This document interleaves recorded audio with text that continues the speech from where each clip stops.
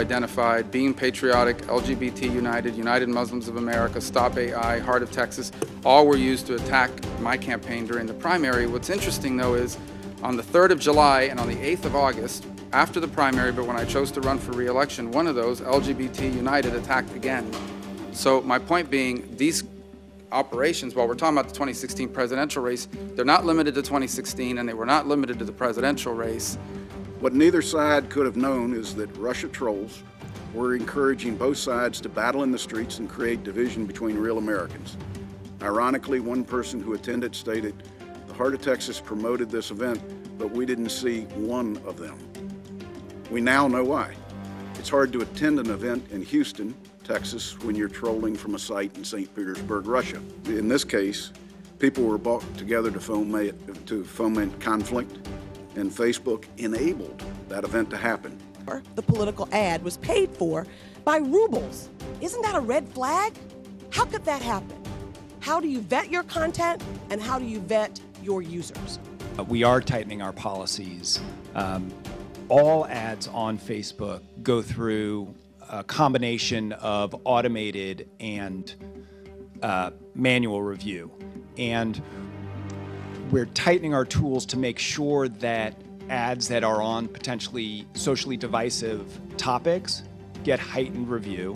If something's fake, it doesn't matter if it's from a fake account or some bot or something. If it's just not true and it's wildly obvious, before it goes viral and gets picked up legitimate, you must feel like you have some responsibility. In sharing this content, Trump's campaign, in effect, whether knowingly or unknowingly, helped legitimize and spread Russian disinformation. What kind of resources have you given, not to just evaluating what's happened in the past, but to preclude it from happening in the future? We declared safety, abuse, and information quality the first priority at Twitter. And our CEO asked our engineers, our designers, and our product teams to drop everything they were doing and try to solve this problem. So you've got dozens of people? We had at a time thousands. We have hundreds, and we're continuing to try to figure out what our resources are. How in the world do you intend to identify fake news without weaponizing this in the political realm? Because, as I said, there is an enormous degree of opinion included in almost every bit of that. Is it constitutionally protected to utter an intentionally false statement? On Facebook, our job is not to decide whether content is true or false. We do recognize that false news is a real challenge. The way in which we're addressing it is by trying to disrupt the financial incentives of those who are profiting from it.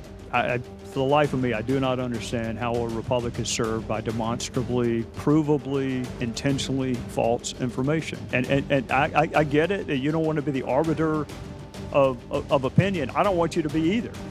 But today's not Thursday. So if I say it is, I swear I don't understand how my fellow citizens benefit from me telling them something that is demonstrably false, and I am saying it with the intent to deceive. For the life of me, I don't get it.